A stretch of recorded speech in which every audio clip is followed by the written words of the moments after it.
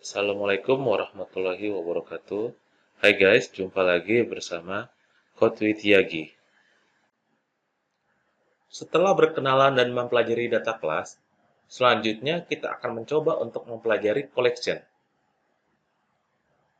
Bayangkan, ketika kita ingin menyimpan dan memanipulasi sebuah objek, kita perlu sebuah komponen yang mampu menambahkan, menghapus, mencari, bahkan mengurutkan sebuah data. Semua tugas itu bisa kita lakukan dengan bantuan collection. Collection sendiri merupakan sebuah objek yang bisa menyimpan kumpulan objek lain termasuk data kelas. Dengan collection, kita bisa menyimpan banyak data sekaligus. Di dalam collection, terdapat beberapa objek turunan, di antaranya adalah list, set, dan map. Mari kita pelajari satu persatu objek turunan tersebut. Yang pertama adalah list. Dengan list, kita dapat menyimpan banyak data menjadi satu objek. Sebagai contoh, kita bisa membuat sebuah list yang berisi sekumpulan data angka, karakter, atau yang lainnya. Yang menarik, sebuah list tidak hanya bisa menyimpan data dengan tipe yang sama, namun juga bisa berisi bermacam-macam tipe data seperti integer, string, boolean, atau yang lainnya. Cara penulisannya pun sangat mudah. Perhatikan contoh berikut. Kode ini adalah contoh dari satu objek list yang berisi kumpulan data dengan tipe integer. Karena compiler bisa mengetahui tipe data yang ada dalam sebuah objek list, maka kita tidak perlu menuliskannya secara eksplisit. Ini tentu akan menghemat kode yang kita ketikkan. Sedangkan, untuk membuat list dengan tipe data yang berbeda, cukup kita masukkan saja data tersebut seperti kode berikut.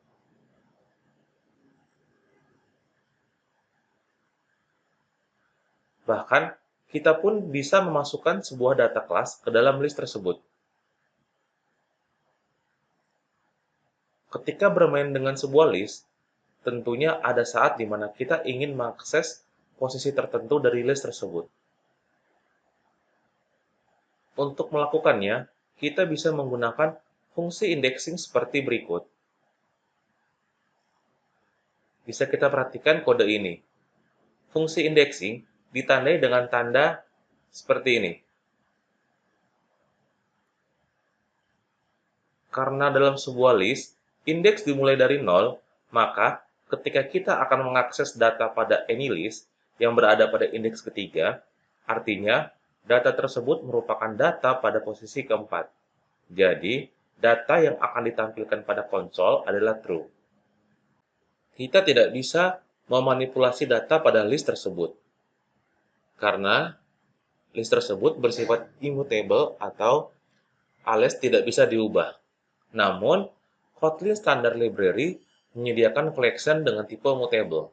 Artinya, kita melakukan perubahan pada nilainya dengan cara seperti menambah, menghapus, atau mengganti nilai yang sudah ada. Caranya pun cukup mudah. Kita hanya perlu menggunakan fungsi mutable list of seperti berikut. Dengan begitu, AnyList sekarang merupakan sebuah list yang bersifat mutable dan kita bisa memanipulasi data di dalamnya.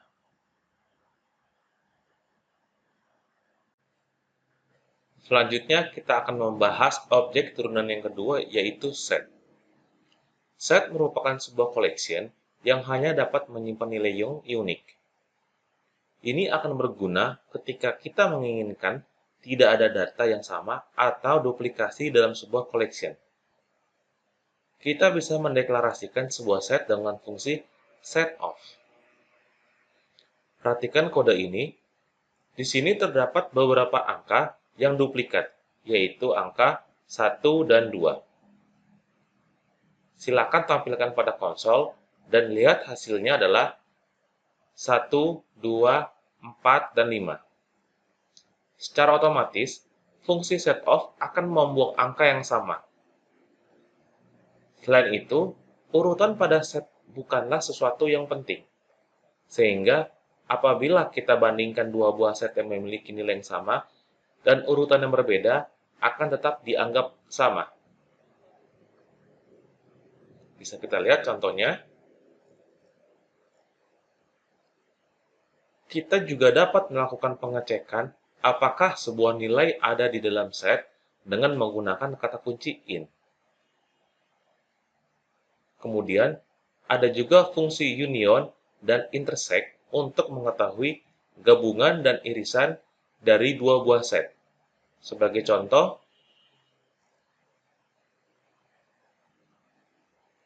pada set, kita bisa menambah dan menghapus item, namun tidak bisa mengubah nilai seperti pada list.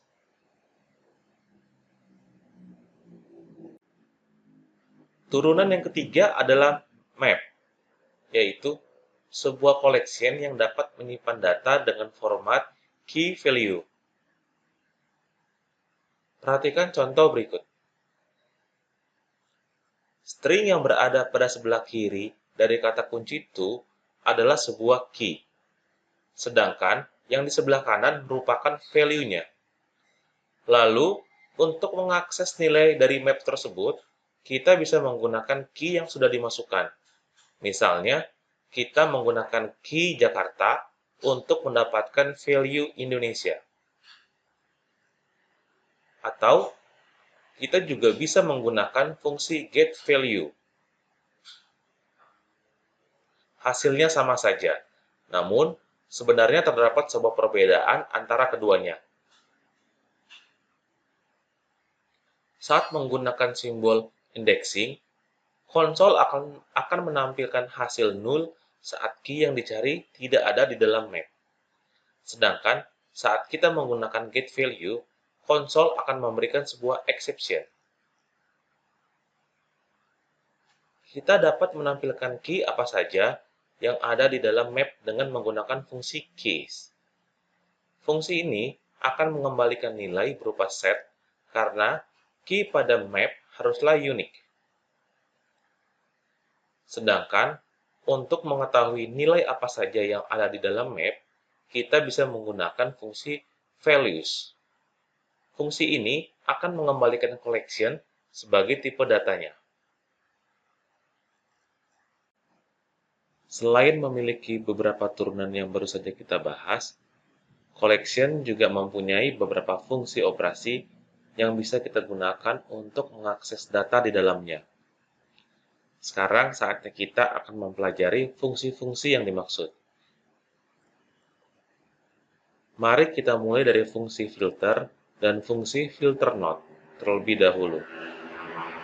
Kedua fungsi ini akan menghasilkan list baru dari seleksi berdasarkan kondisi yang kita berikan. Sesuai dengan namanya, untuk memfilter atau menyaring suatu data dalam sebuah collection. Contohnya bisa kita lihat pada kode berikut. Pada kode ini, kita telah menggunakan fungsi filter untuk menyaring bilangan yang habis dibagi dua atau biasa disebut dengan bilangan genap. Selain itu, kita juga dapat memfilter list berdasar hasil yang tak sesuai dengan kondisi yang diberikan. Caranya adalah dengan menggunakan fungsi filter node. Jadi bisa disimpulkan bahwa fungsi filter node merupakan kebalikan dari fungsi filter. Selanjutnya, map. Fungsi yang akan sering dipakai berikutnya adalah fungsi map. Fungsi ini akan membuat collection baru sesuai perubahan yang akan kita lakukan dari collection sebelumnya. Kita ambil contoh dari number list yang sudah ada. Lalu, kita buat collection baru yang isinya adalah hasil kali 5 dari masing-masing item. Maka kita bisa menggunakan kode seperti berikut. It pada kode di sini akan merepresentasikan masing-masing item pada number list.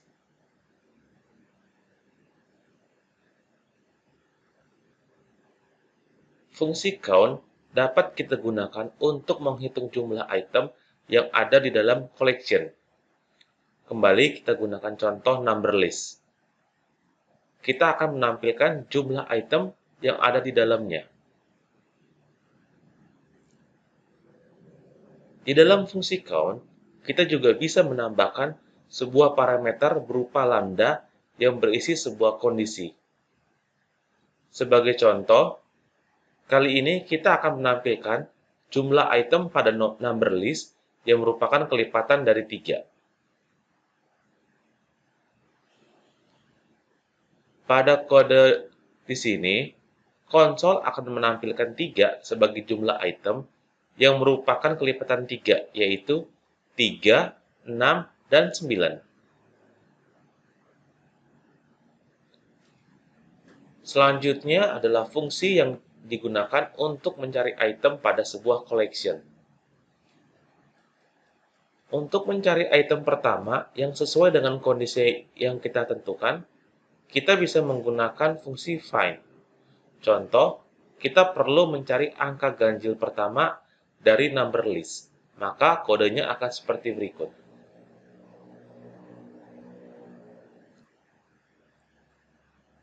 Fungsi find ini memiliki cara kerja yang sama dengan fungsi first or null. Artinya, jika di dalam collection tidak ditemukan data yang sesuai, maka fungsi akan mengembalikan nilai null. Tidak seperti fungsi filter atau fungsi map yang akan melakukan iterasi terhadap seluruh item. Fungsi find dan fungsi first or null akan langsung mengembalikan nilai ketika kondisi terpenuhi. Kemudian, jika kita ingin mencari item terakhir, kita bisa menggunakan fungsi last or null. Hampir sama seperti fungsi first or null dan fungsi last or null, fungsi first dan fungsi last digunakan untuk menyaring item pertama atau terakhir dari sebuah collection. Kita juga bisa menambahkan sebuah kondisi dengan parameter lambda. Namun, perlu kita perhatikan, jika kita menambahkan kondisi, padahal kondisi tersebut tidak terpenuhi, akan keluar hasil exception. Kita bisa lihat contoh kodenya.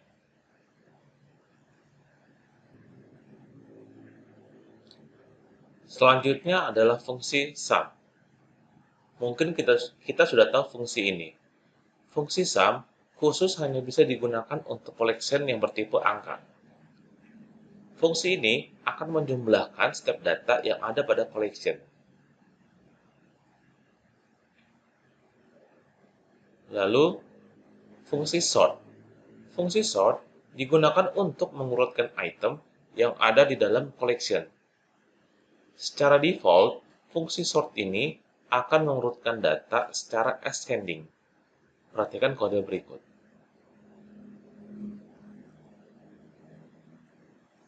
Sedangkan untuk sorting secara descending, kita dapat menggunakan fungsi sort descending. Bisa lihat contohnya. Tiga jenis collection yang sudah kita pelajari sebelumnya, yaitu list, set, dan map, merupakan jenis collection yang menjalankan eager evaluation. Berbeda dengan itu, sequence merupakan collection yang bisa dikategorikan ke dalam lazy evaluation. Jika eager evaluation mengevaluasi seluruh item yang ada pada collection, lazy evaluation hanya akan mengevaluasi item jika benar-benar diperlukan. Kita ambil contoh, misalnya kita mempunyai collection dengan jumlah data 10 atau 100. Itu mungkin tidak akan memberi pengaruh besar terhadap performa program. Namun, apa yang terjadi jika data yang ada pada collection mencapai ratusan ribu atau jutaan? Waktu proses pada sebuah program akan bertambah signifikan jika semua datanya harus dievaluasi. Pada contoh kode ini, kita memiliki data collection sejumlah 1 juta item. Kemudian, masing-masing data akan disaring berdasarkan angka yang merupakan kelipatan 5, lalu dikalikan 2, dan akhirnya ditampilkan pada konsol. Dengan eager evaluation, atau dikenal dengan horizontal evaluation, list akan menyelesaikan proses filter terhadap 1 juta data, baru kemudian melakukan mapping data, sampai akhirnya ditampilkan pada konsol. Untuk menerapkan lazy atau vertical evaluation, maka kita perlu mengubah list menjadi sequence. Caranya sangat sederhana, yaitu dengan memanggil fungsi asequence. Dengan sequence, operasi akan dilakukan secara vertikal atau per item. Misalnya, dimulai angka 1. Karena tidak memenuhi kondisi pada filter, maka operasi tidak akan dilanjutkan ke map. Sampai dengan iterasi kelima, akan dilakukan mapping. Angka 5 akan dikalikan 2 dan ditampilkan pada konsol. Setelah itu, akan dilanjutkan ke iterasi berikutnya sampai dengan iterasi ke 1 juta. Untuk membuat objek sequence, kita bisa menggunakan fungsi yang tersedia pada standard library, yaitu generate sequence. Pada contoh kode ini, kita telah membuat variabel sequence number dengan menggunakan fungsi generate sequence. Fungsi ini memiliki dua parameter. Parameter pertama adalah item pertama yang ada di dalam collection. Parameter kedua adalah lambda expression berisi perubahan pada masing-masing item. Pada contoh kode tadi, setiap item merupakan item sebelumnya ditambah 1. Fungsi generate sequence akan membuat collection sequence secara tak terbatas. Alhasil, kita perlu menambahkan fungsi take supaya program tidak mengalami infinite loop.